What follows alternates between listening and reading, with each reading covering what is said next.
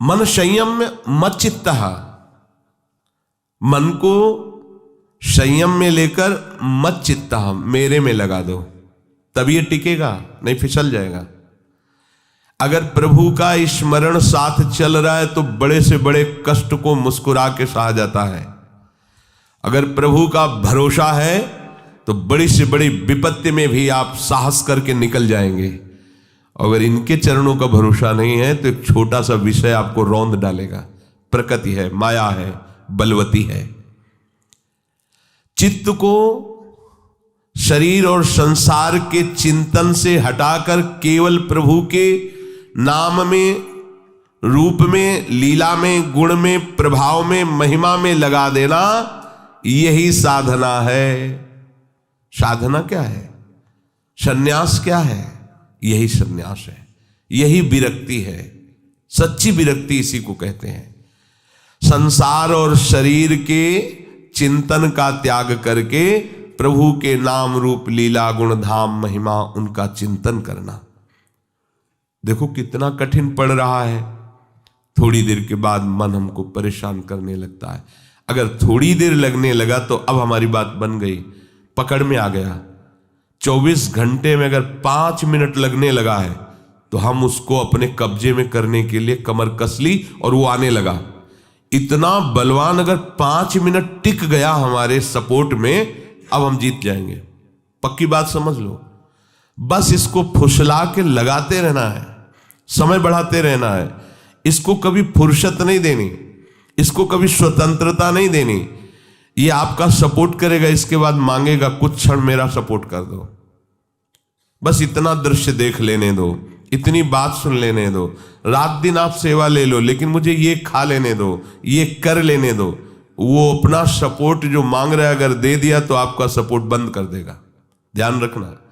मन का मांगा हुआ विषय यदि उसे प्रदान कर दिया जाए तो आपको लगेगा कि बहुत बढ़िया सपोर्ट कर रहा है, लेकिन वो आपको अपने सपोर्ट के लिए तैयार कर रहा है और ऐसी जगह गिराएगा जहां परमार्थ का नामो निशान नहीं रहेगा। देख लेना। अगर मन को सपोर्ट, ये बहुत देखे हुए हैं, मन को सपोर्ट कर दिया तो ये बेईमान ऐसी जगह खड़ा कर देगा जहां आप ग्लानि से भर जाओगे। मेरे से ऐसा कैसे हो गया, कैसे ऐसा कैसे हो गया। और फिर हृदय में जो दाह उत्पन्न होता है, जो हृदय में जलन उत्पन्न होती है, फिर ये चतुराई से उसे मारता है, उस जलन को दबाता है कि अगर ये खिलाफ हो गया तो फिर मेरा राशन पानी बंद हो जाएगा। मन फिर उससे धीरे से सपोर्ट करता है और जहां वो चलता है फिर यही होते होते हमारे जन्म के जन्म निकल जाते हैं। हमें सावधानी ये रखनी है कि इसको अपने सपोर्ट में लाना है, अपने सपोर्ट के लिए इसको सपोर्ट करना है, इसके सपोर्ट में नहीं जाना। ये शास्त्र, संत, सदगुरुदेव के विरुद्ध आचरणों के लिए जब मांग करे तो बिल्कुल नहीं सुनना है। और जब इसका आप सपोर्ट नहीं करोगे तो आपके अधीन हो जाएगा। इसकी चाल है ऐसी।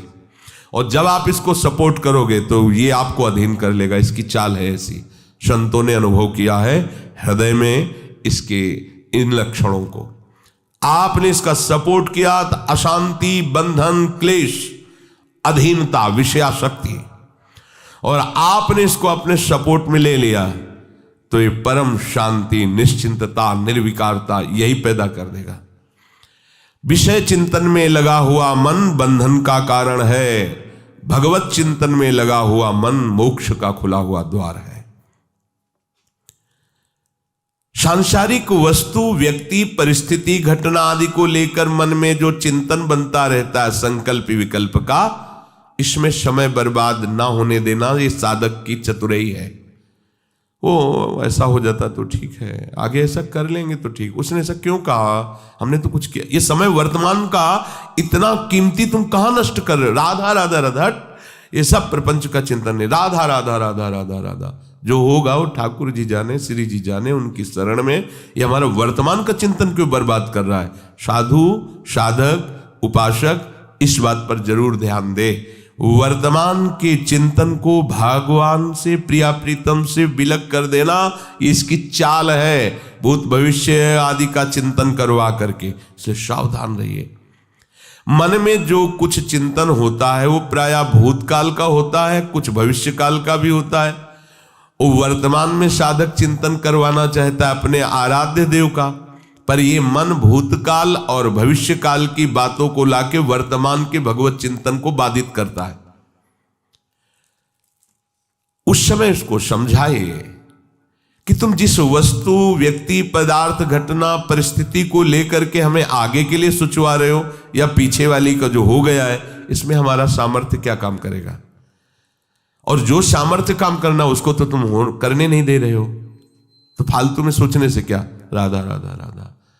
ये चीज आप देख लीजिए, ये भूतकाल भविष्यकाल की बातों को सामने ला करके हमारे वर्तमान के भगवत चिंतन को मिटियामेट करता है। तो आपको सोचना है पीछे जो हो गया उसमें सुधार हम क्या कर सकते हैं, आगे जो होना है उसमें सुधार के लिए जो हमें ताकत चाहिए वो है नाम बल, वो है भगवत चरणारविंद के चिंतन का बल। और वर्तमान में मन करने नहीं दे रहा तो आगे हम क्या सुधार कर लेंगे? इसलिए मन की इस चाल पर तुरंत अंकुश लगाओ। अगर मन बहुत बिगड़ रहा है तो कीर्तन शुरू कर दो, जोर जोर से पद गायन शुरू कर दो, ये शांत हो जाएगा। भगवत लीला गुणगान और भगवान नाम कीर्तन की ऐसी महिमा है, मन को तत्काल शांति प्राप्त होती है। आप कभी ऐसा हो तो देख लीजिएगा, उस समय चुप मत बैठिएगा, हाँ गुनगुनाने लगिएगा, क्योंकि वो मन आपको अपने कब्जे में करना चाहता है। बार बार वो आपको इतना व्यथित करेगा कि आप दस्तखत कर ही दोगे, पर आपको नहीं करना है, आपको अपने सपोर्ट में लाना है, तभी भगवत प्राप्ति होगी। जो हमारा लक्ष्य है वर्तमान में भगवत चिंतन का, संसार के चिंतन के प्रभाव से उसे रोकता रहता है ये मन। सबको ऐसा ही होता है, संसार का चिंतन हो रहा है तो विचार कर लीजिए कि आप कैसे साधक हो। ये संसार पहले नहीं था, बाद में भी नहीं रहेगा, बीच में भी नहीं है, केवल भास रहा है। और तुम सत्य वस्तु की खोज करने निकले हो और असत्य का वर्तमान में चिंतन कर रहे हो, कैसे खोज पाओगे? राधा राधा राधा चिंतन करो श्री जी का।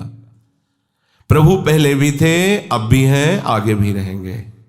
समझाइए अपने मन को, संसार के चिंतन में समय नष्ट मत कीजिए, खान पान के चिंतन में समय को नष्ट मत कीजिए, शरीर की स्वस्थता अस्वस्थता, मान अपमान, शरीर के सुख दुख में अपने वर्तमान के भगवत चिंतन को बाधित मत कीजिए। अब हमारा तन मन प्राण और स्वयं पर कोई अधिकार नहीं, क्योंकि अपने आराध्य देव को तनवांग मनोभिर अमलई सोहम त्वयि वाश्रिता। ये शरीर, ये मन, ये वाणी, ये मैं उनके चरणों के आश्रित कर दिया है। अब जोई जोई प्यारो करे सोई मोहि भावे। मेरी कोई मांग नहीं, मेरी कोई किसी भी तरह की आकांक्षा नहीं। जैसे हे नाथ चाहो आप वैसे ही मुझे अपने लायक बना लो, अपने श्री चरणों की समीपता प्रदान करो। यही विचार से ही हम शरणागत होते हैं। जब हम शरणागत हो गए तो हमारा कोई प्रश्न नहीं बनता कि हमारे शरीर का, हमारे मन का, हमारी वाणी का और हमारा क्या होगा। अगर ऐसा चिंतन है, इतने पे हम नहीं रह सकते, इतना हमें चाहिए। आपको अभी अभाव लगता है तो अभी आप शरणागत भाव में आए ही नहीं। आप खुद झांक के देख लीजिए, आप शरीर के आश्रय में हैं, मन के आश्रय में है, शरीर मन भोगों के आश्रय में है, तो भगवद आश्रय कहाँ लिया आपने, किससे लिया? स्वयं भोक्ता बने हो तो स्वयं तो आश्रित हुए नहीं। शरीर में ममता है, भोगों में सुख बुद्धि है, जो मन कहता है वही हम करते हैं, तो इसमें कहाँ आपका भगवद आश्रय है? ढूंढ के बताओ, हृदय में देखो, किससे आश्रित हुए हो आप? स्वयं से, मन से, वाणी से, शरीर से, चेष्टा से, किससे आश्रित हुए हो? और बिना भगवद आश्रय के ये मार्ग ही अधूरा है। आश्रय से ही मार्ग पूरा होता है। जैसे भक्ति की पूर्णता आत्मसमर्पण में है, श्रवणम कीर्तनम विष्णुर्पाद सेवनम अर्चनम वंदनम दास्य सख्य आत्मनिवेदनम। ये जो आत्मनिवेदन है ये पूर्ण भक्ति का स्वरूप है। श्रवण कथन सुमिरन सेवन चित लावहीं, अर्चन बंदन अरुदासंतन सख्य और आत्मा समर्पण, ये 9 लक्षण भक्ति बढ़ाई तब तिन प्रेम लक्षणा पाई। ये पाई रस भक्ति गूढ़ जुग जुग जग दुर्लभ भव इंद्रादि विधिम, आगम अरु निगम पुराण अगोचर सहज माधुरी रूप निधिम, अनभय आनंद कंद निज संपत्ति गुप्त सुरीति प्रगट करनम, जय जग उद्योत व्यास कुलदीपक श्री हरिवंश चरण शरणम। आत्मसमर्पण आपका तो पाई रस भक्ति गूढ़ जुग जुग जग दुर्लभ भव इंद्रादि विधिम, जो इन महापुरुषों के लिए भी दुर्लभ रस है वो आत्मसमर्पण से आपको प्राप्त होगा। उनकी कृपा हो जाएगी आपके आत्मसमर्पण करने पर, जिससे आप अनुभव कर पाएंगे। जो कृपा हमारे ऊपर है, हमारा समर्पण ठीक ना होने के कारण अनुभव में नहीं आता।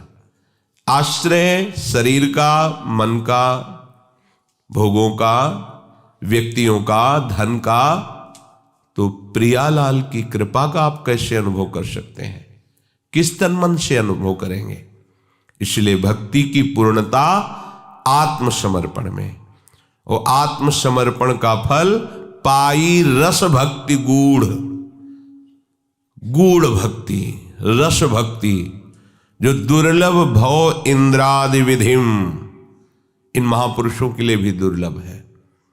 दुर्लभ भव इंद्रादि विधिम, जो कहीं आगम निगम पुराणों में भी नहीं पाई जाती, वो ऐसी गूढ़ रस भक्ति आपके हृदय में श्री लाडली जो महाराज की चरणों की कृपा से प्रकाशित हो जाएगी। आपका जब तन समर्पित, मन समर्पित, प्राण समर्पित, आप समर्पित, फिर आपका अस्तित्व क्या रह गया? अगर आपका अस्तित्व है, आप समर्पण का भी नाटक करते हैं, तो आप समझिएगा समर्पण का तात्पर्य है जैसी रूप लाल हित हाथ बिकानी, प्रिया प्रीतम के प्रेम रस की प्राप्ति के लिए हम बिक गए।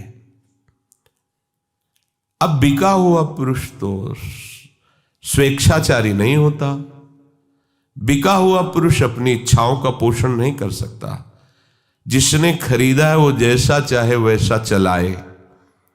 तो जैसे रूप लाल हित हाथ बिकानी, हित स्वरूप प्रिया प्रीतम, हित स्वरूप आचार्य, हित स्वरूप सदगुरुदेव भगवान, इनके हाथ हम बिक गए हैं।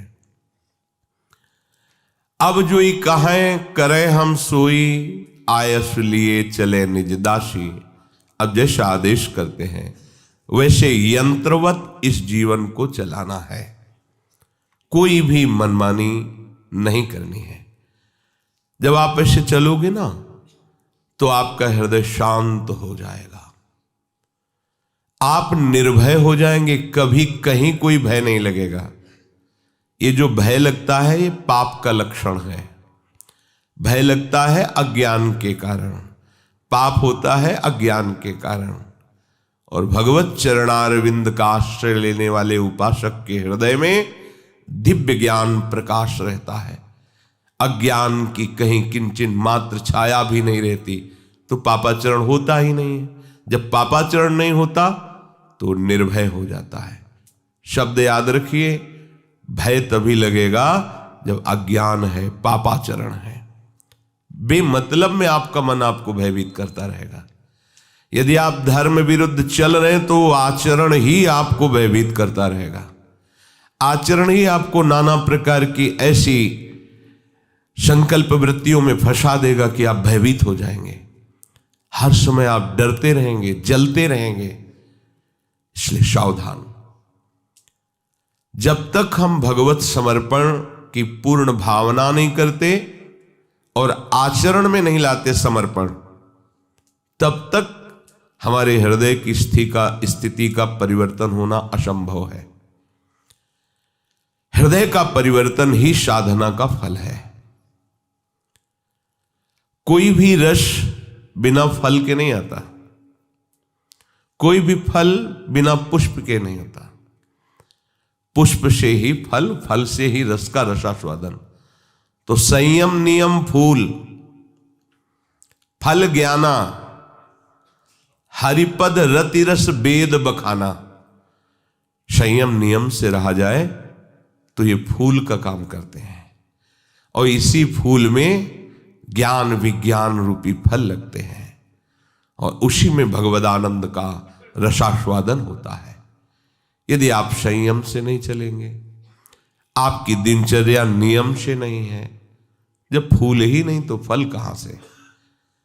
फिर अज्ञान में फिर पापाचरण होते रहते हैं, और फिर हृदय विविध प्रकार की संशय वृत्तियों से भरने लगता है, भय लगने लगता है। कहीं ऐसा ना हो जाए, कहीं ऐसा ना हो जाए। कोई दंड दे या ना दंड दे, उसका कर्म ही उसे जलाता रहता है, उसका कर्म ही उसे दुखी करता रहता है। इसलिए इस कर्म जाल से मुक्त होने के लिए एकमात्र शरणागति मार्ग बहुत पुष्ट और निर्भय है। बिना किसी संशय के प्रभु के चरणों की शरणागति स्वीकार करने पर उपासक की स्थिति बदलने लगती है। पर शरणागति वास्तविकता में होनी चाहिए। वचन में शरणागति, अहंकार शून्य वचन। स्वयं में शरणागति, मैं केवल प्रियालाल का, प्रियालाल मेरे। और चेष्टा में शरणागति, अपने आराध्य देव की प्रसन्नता के लिए ही शास्त्र और गुरु वचनों से प्रमाणित आचरण किए जाए तो ऐसी दिव्य शरणागति का ऐसा प्रभाव जो अन्य किसी साधना से हो ही नहीं सकता। श्री भगवान कहते हैं, जिसका अंतःकरण शांत हो गया है, जिसका हृदय भय रहित हो गया है। भय तभी जाएगा जब आप भगवद आचरण से युक्त हो, तो आपको अनुभव होता रहेगा मेरे प्रभु मेरे साथ हैं, ऐसा अनुभव होता है। जब आपको यह अनुभव होगा कि मेरे प्रभु मेरे साथ हैं, फिर भय किस बात का रहेगा। ये अनुभव उसी को होता है जो केवल भगवद आश्रित होता है। छिन छिन बिहरत संग, सेवक जी महाराज कह रहे हैं, छिन छिन निरखत प्रेम भरी। वो अपने समीप ही अपने प्रीतम को देखता है, अपने भीतर देखता है, अपने बाहर देखता है। उसका प्रीतम हर समय एक क्षण के लिए भी कभी अलग नहीं होता, हर समय साथ रहता है।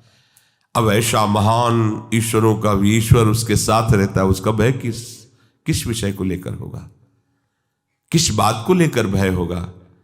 इसलिए प्रियालाल का शरणागत निर्भय हो जाता है। भय तभी लगेगा जब अपना अस्तित्व आप बनाए रखे हैं और अपनापन प्रियालाल के चरणों में, तो फिर निर्भय विचरो, काल की भी ताकत नहीं। समुझ जे आए शरण ते डरत ना काल डर, काल से भी भयभीत नहीं होते। ये जो छोटी छोटी विषयों की आसक्ति हमको इतना कमजोर कर देती है कि हम सोचते हैं कि इनके बिना जी नहीं सकते। उसका कारण है आराध्य देव में समर्पण की कमी, आराध्य देव की प्राप्ति की चाह नहीं है। नहीं तो भगवती अम्बा ने जब भगवान शिव को पति रूप में वरण करने की निष्ठा हृदय में धारण की, तो सूखे पत्र खाकर के केवल महादेव जी का निरंतर भजन करती थी। इसलिए अपर्णा नाम पड़ा उनको। सूखे पत्ते बस ऐसे मुख में रख लिए। ध्रुव जी के हृदय में जब भगवत साक्षात्कार की लगन लगी, तो आप भागवत में पढ़ के देख लीजिए कैसी उनकी दिनचर्या। 6 महीने में भगवत साक्षात्कार कर लिया। 6 महीने भी बहुत होते हैं। यदि आप व्याकुलता पूर्वक पुकारें तो एक क्षण पूरा होते होते हरि आ जाएंगे। गोपीजनों ने जब तन्मयता पूर्वक रो करके प्रभु को आर्त भाव से पुकारा, तो तासा महावीर उसी समय आविर्भाव हो गया प्रभु का, उन्हीं के बीच में प्रकट हो गए। बस वो एकाग्रता, वो प्रीति, वो व्याकुलता, वो विरह हमारे हृदय में जागृत हो जाए। वो तभी होगा जब प्रभु से अपनापन होने लगता है। जो अपने हैं उनको अभी तक देखा नहीं, मेरा कैसा जीवन है, कैसे कैसे तुम्हें अच्छा भोजन अच्छा लगेगा, कैसे कोमल वस्त्र सुहाएंगे, कैसे विषय तुम्हें अच्छा लगेगा, जिससे हमें मिलने के लिए इस मार्ग में आकर्षित किया गया, जिसके लिए माने हुए झूठे संबंधों का त्याग कर दिया, माने हुए झूठे सुखों का त्याग कर दिया, अभी वो हमारी दृष्टि में नहीं आया और हम चैन से सो रहे हैं, चैन से भोजन पा रहे हैं, मस्ती सवार हो रही है मनोरंजन की। क्या है ये भगवत प्राप्ति के मार्ग के पथिक का लक्षण नहीं है। ऐसी हृदय में दाह प्रकट होगी, ये सब बहुत हल्की बात लगेगी, ये छोड़ दो, ये पालो, ये ऐसा लगेगा कि प्राण ही छूट जाए भले, पर एक बार तो मैं अपने प्रीतम को भर नेत्र देख लूं। प्राण दिए यह प्रेम न पइए, ऐसो महंगो आई सकीरी। जब उतर गए हैं फिर हमको किसी भी तरह से अपने विषय में अब नहीं सोचना, आराध्य देव के विषय में सोचना है, तो आप निर्भय हो जाएंगे। सच्ची मानिए, जिन्होंने भोजन में जीवनी शक्ति रखी है वो जीवन के जीवन है, और आप उनका चिंतन कर रहे हैं, उनके आश्रित हैं, वो अपार सामर्थ्यशाली है। अभी तो पार्थिव वस्तुओं की सामर्थ्य से तुम्हारा परिचय है, उन वस्तुओं में सामर्थ्य देने वाले के चरणारविंद का आश्रय लेकर जब उनका परिचय मिलता है तभी वो निर्भय हो जाता है, कोई भय नहीं रहता। औषधि में रोग निवारण की सामर्थ्य उन्हीं से है, काल को भी सामर्थ्य उन्हीं ने दिया है। जो भी सामर्थ्यवान मेरे प्रभु से है, वैसा सामर्थ्यशाली मेरा प्रीतम है, मेरा मित्र है, मेरा प्राण प्यारा है। अब उसे कैसे भय लग सकता है? किसी भी बात का भय नहीं, शरीर छूटने का भी नहीं। देखो, अपने देश से प्रेम हो जाता है तो दुश्मन को एक कदम भी अपनी सीमा में घुसने का अवसर नहीं देता और अपने प्राणों को न्यौछावर कर देता है। न वहां रूप का स्वाद है, न रसास्वादन शब्द का है, न स्पर्श का, न गंध का, किसी का नहीं है। केवल प्राणों का बलिहार दिया जा रहा है। अपने देश की सीमा में शत्रु प्रवेश नहीं कर सकता, चाहे कितनों की गले काट दिए जाए। ये है एक देशभक्ति में। देखो ना, अवसर आने पर वंदे मातरम बोला और फांसी का फंदा ऐसे गले में डाला जैसे जयमाला डाला जाता है, और झूम गए। श्री गुरु गोविंद साहब के दोनों पुत्रों को चुना जा रहा था दीवाल में, कहा जा रहा था कि अब बात मान लो। चुनते चले गए, लेकिन अपने धर्म को नहीं छोड़ा, अपने देश की निष्ठा को नहीं छोड़ा। हम भगवत निष्ठा वाले हैं। अगर हमें कोई भी विषय थोड़ा छोड़ने की बात कहे तो मन हमारे खिलाफ खड़ा हो जाता है। तो प्रभु नहीं चाहिए, विषय सुविधा चाहिए, शरीर भोग चाहिए, शरीर सुख चाहिए। कहाँ हो? परमार्थ में, व्यवहार में, स्वार्थ में। खुद अपने हृदय को देखो तो भयभीत तो रहोगे ही, अशांत तो रहोगे ही, क्योंकि अशांति और भय के मार्ग को तुमने स्वयं पकड़ रखा है। नहीं तो प्रशांत आत्मा, विगत भीर, उसको भय कोई स्पर्श नहीं कर सकता। ये मन बड़ा प्रपंच में फंसाने वाला है जब तक ये निर्मल ना हो जाए। इसलिए इसकी सलाह वही मानी जाए जो संत सदगुरुदेव शास्त्र से प्रमाणित हो, अन्यथा इसकी बात न मानी जाए। ये ठीक सलाहकार नहीं है, ये ठीक मंत्री नहीं है। ये ऐसा मंत्री है कि राजा को बंदी बनाकर स्वयं राज्य कर रहा है, राजा को अधीन करके स्वयं राज्य कर रहा है। अपने राज्य को इससे छुड़ाना होगा, इसको अधीन करना होगा।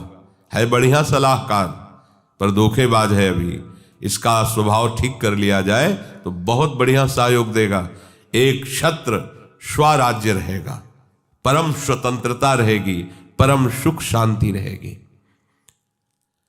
ब्रह्मचारी व्रत स्थिता, शब्द स्पर्श रूप रस गंध, किसी भी भोग में इंद्रियों का चलायमान न होना सच्चा ब्रह्मचर्य है। अपने आराध्य देव के चरणों के चिंतन में निरंतर मगन रहना, ये ब्रह्मचर्य का फल है। मनः संयम्य मच्चित्तो युक्त आशीत मत परहा, मना संयम में मत चित्ता, मन को संयमित रखे। ये ब्रह्मचारी व्रत के अंतर्गत ही आ जाएगा।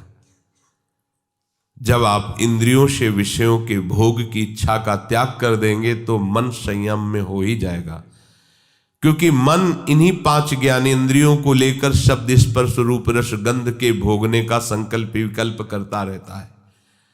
और जब इंद्रियां ही प्रभु के चरणारविंद में उनकी तन्मात्रा शब्द स्पर्श रूप रस गंध को ही प्रभु के चरणों में समर्पित कर दिया या प्रभु के चरणों की प्राप्ति के लिए उनका त्याग कर दिया, तो फिर मन को ज्यादा शांत करना नहीं पड़ेगा, अपने आप शांत हो जाएगा। ये प्रकृति की तरफ आकर्षित ही होता है 5 ज्ञानेंद्रियों को लेकर। मना कष्टानि इंद्रियाणि प्रकृति स्थानि कर्षति।